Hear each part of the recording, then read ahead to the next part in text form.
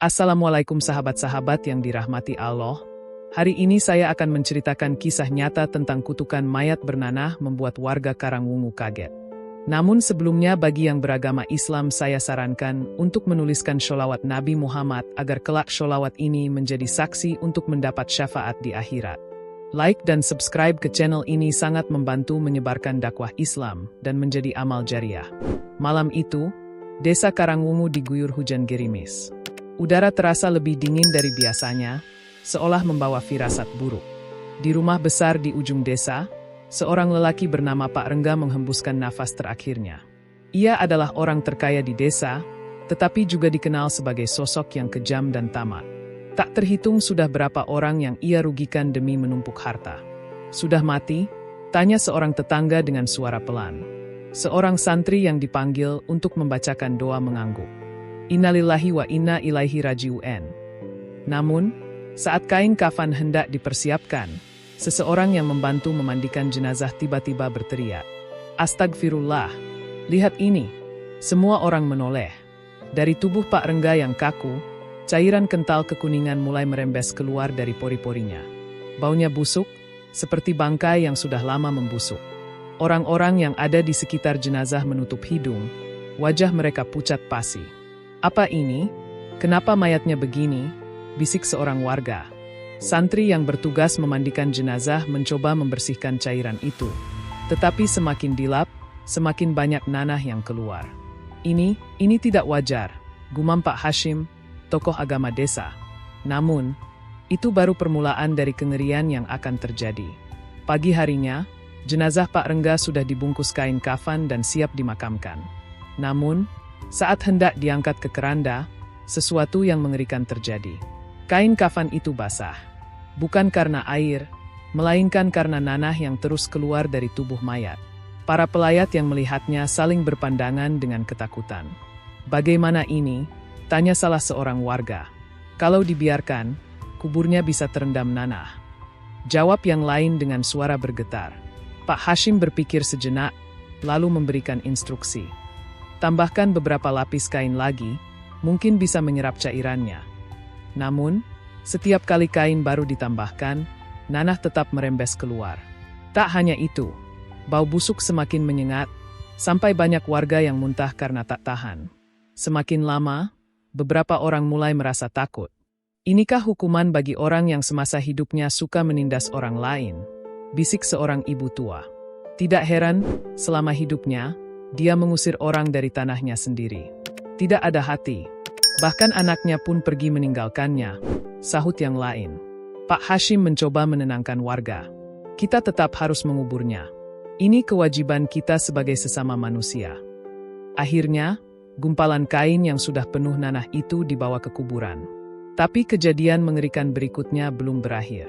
Begitu jenazah hendak dimasukkan ke liang lahat, sesuatu yang mustahil terjadi. Tanah kuburan tiba-tiba mengeras. Cangkul yang digunakan untuk menggali seolah mengenai batu, padahal sebelumnya tanah itu gembur. Apa ini? Seorang penggali kubur mencoba mencangkul dengan lebih keras.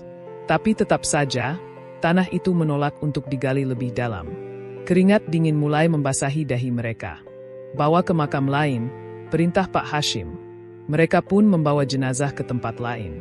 Namun anehnya, di setiap tempat yang mereka coba, tanahnya selalu berubah menjadi keras seperti batu.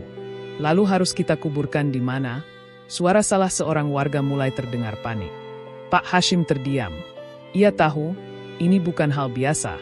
Akhirnya, ia memutuskan untuk melakukan sholat istikharah dan meminta petunjuk Allah. Beberapa saat kemudian, wajahnya tampak pucat. Dengan suara berat, ia berkata, "Ini bukan sekadar mayat. Ini adalah hukuman dari Allah." Pak Rengga semasa hidupnya menumpuk harta dari hasil kezalimannya. Dia mengambil hak orang lain, membuat mereka menderita. Dan sekarang tanah pun menolaknya. Mata warga membelalak ngeri. Lalu seseorang mengusulkan, "Jika tanah tak menerimanya, bagaimana jika kita menguburnya di tepi sungai?" Dengan berat hati, mereka pun membawa jenazah ke sana. Tetapi, saat mereka tiba, air sungai yang tadinya jernih tiba-tiba berubah keruh, berwarna hitam seperti lumpur. Tak ada lagi yang berani bicara. Akhirnya, Satu-satunya pilihan tersisa adalah membakar jenazah itu. Malam itu, di pinggir hutan desa, sebuah tumpukan kayu dibangun. Jenazah Pak Rengga yang masih terus mengeluarkan nanah diletakkan di atasnya. Dengan bacaan doa, api pun dinyalakan. Awalnya, api menyala biasa. Namun, beberapa saat kemudian, nyala api semakin besar, membentuk lidah api yang menjilat tinggi ke langit. Suara seperti jeritan kesakitan terdengar dari dalam api. Semua warga yang menyaksikan terpaku di tempat, tak ada yang berani mendekat. Api itu terus menyala sepanjang malam. Hingga akhirnya, saat matahari mulai muncul di ufuk timur, semua yang tersisa hanyalah abu hitam pekat. Pak Hashim menutup matanya dan berdoa dengan suara pelan. Semoga Allah mengampuni dosanya. Sejak kejadian itu, desa Karangwungu berubah. Warga mulai lebih sering datang ke masjid. Mereka saling membantu dan tidak lagi serakah akan harta. Mereka sadar, harta tak akan dibawa mati. Yang akan dibawa hanyalah amal perbuatan. Sebagaimana firman Allah dalam Al-Quran. Dan janganlah kamu memakan harta orang lain dengan cara yang batil. Quran Surat Al-Baqarah 188. Kisah tentang Pak Rengga menjadi pengingat bagi semua orang. Dan setiap kali ada yang lewat dekat bekas rumahnya, mereka mengaku sering mencium bau busuk samar-samar. Seolah arwahnya masih belum tenang. Pesan moral yang dapat diambil. Karma dari kezaliman.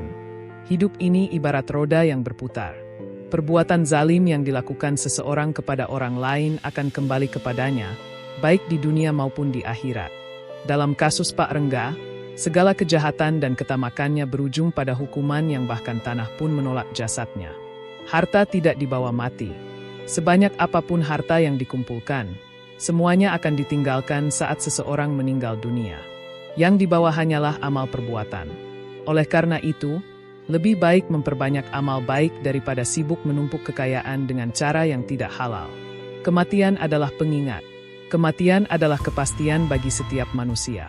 Cara seseorang meninggal dan bagaimana jasadnya diperlakukan setelah kematian bisa menjadi cerminan dari kehidupannya. Jika seseorang hidup dengan penuh kebajikan, ia akan dikenang baik oleh masyarakat. Sebaliknya, jika hidupnya dipenuhi kezaliman, bahkan setelah mati pun ia masih akan menjadi bahan perbincangan yang penuh kehinaan. Jangan serakah dan menindas orang lain. Ketamakan dan keserakahan hanya akan membawa kesengsaraan, baik bagi diri sendiri maupun orang lain. Pak Rengga menindas banyak orang demi memperkaya dirinya, tetapi pada akhirnya, ia tidak mendapatkan ketenangan baik di dunia maupun di akhirat. Kesadaran untuk berbuat baik.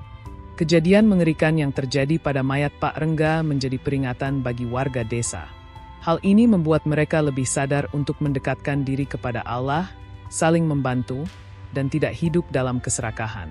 Pentingnya doa dan taubat sebelum terlambat. Allah selalu membuka pintu taubat bagi hambanya. Namun, jika seseorang menunda-nunda taubat hingga ajal menjemput, maka penyesalan tak lagi berguna. Maka dari itu, jangan menunggu tua atau sakit untuk berubah menjadi pribadi yang lebih baik. Dalil Al-Quran berdasarkan cerita tersebut, tentang larangan makan harta secara batil. Dan janganlah kamu memakan harta orang lain dengan cara yang batil. Quran Surat Al-Baqarah 188.